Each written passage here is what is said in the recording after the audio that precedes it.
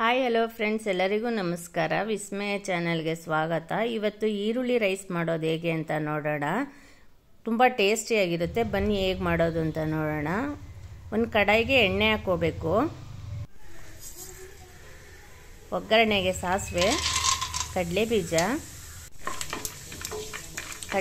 ಸ್ವಲ್ಪ ಫ್ರೈ ಮಾಡ್ಕೋಬೇಕು. ಒಂದೆರಡು ಒಣಮೆಣಸಿನ್ಕಾಯಿ, ಕರಿಬೇವು,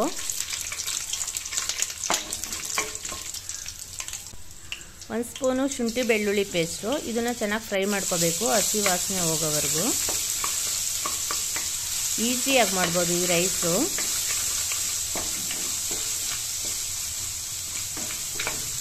ಈರುಳ್ಳಿ ರೈಸು ತುಂಬ ಟೇಸ್ಟಿಯಾಗೂ ಇರುತ್ತೆ ಈ ಥರ ಮಾಡಿದ್ರೆ. ಈರುಳ್ಳಿನ ಉದ್ದುದಕ್ಕೆ ಹೆಚ್ಕೊಂಡು ಹಾಕ್ಕೊಂಡಿದ್ದೀನಿ. ಒಂದೆರಡು ಈರುಳ್ಳಿ ತೊಗೊಂಡಿದ್ದೀನಿ. ಇದನ್ನು ಅಷ್ಟೇ ಚೆನ್ನಾಗಿ ಕೆಂಪಗಾಗೋವರೆಗೂ ಫ್ರೈ ಮಾಡ್ಕೋಬೇಕು.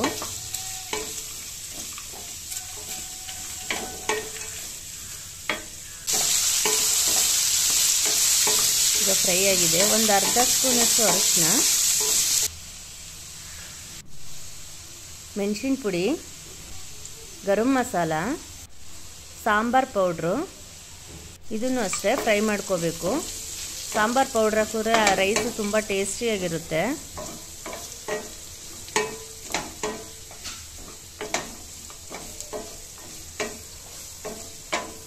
ಈಗೆಲ್ಲ ಫ್ರೈ ಆಗಿದೆ. ಈಗ ರುಚಿಗೆ ತಕ್ಕಷ್ಟು ಉಪ್ಪು ಹಾಕೊಳ್ಳೋಣ.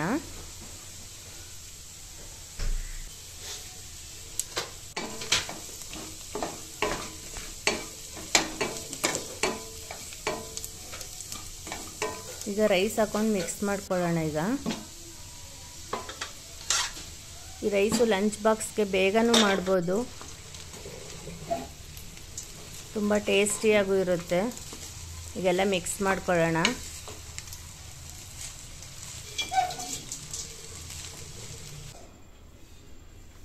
ಎಲ್ಲ ಮಿಕ್ಸ್ ಆಗಿದೆ. ಇದಕ್ಕೊಂದು ಅರ್ಧ ನಿಂಬೆಹಣ್ಣು ಹಿಂಡೋಣ. ಲಾಸ್ಟಲ್ಲಿ ಕೊತ್ತಂಬರಿ ಸೊಪ್ಪು. ಈ ರೈಸ್ ನಿಮ್ಗೆ ಇಷ್ಟ ಆಗಿದ್ರೆ ಲೈಕ್ ಮಾಡಿ, ಶೇರ್ ಮಾಡಿ, ಕಮೆಂಟ್ ಮಾಡಿ. Thank you.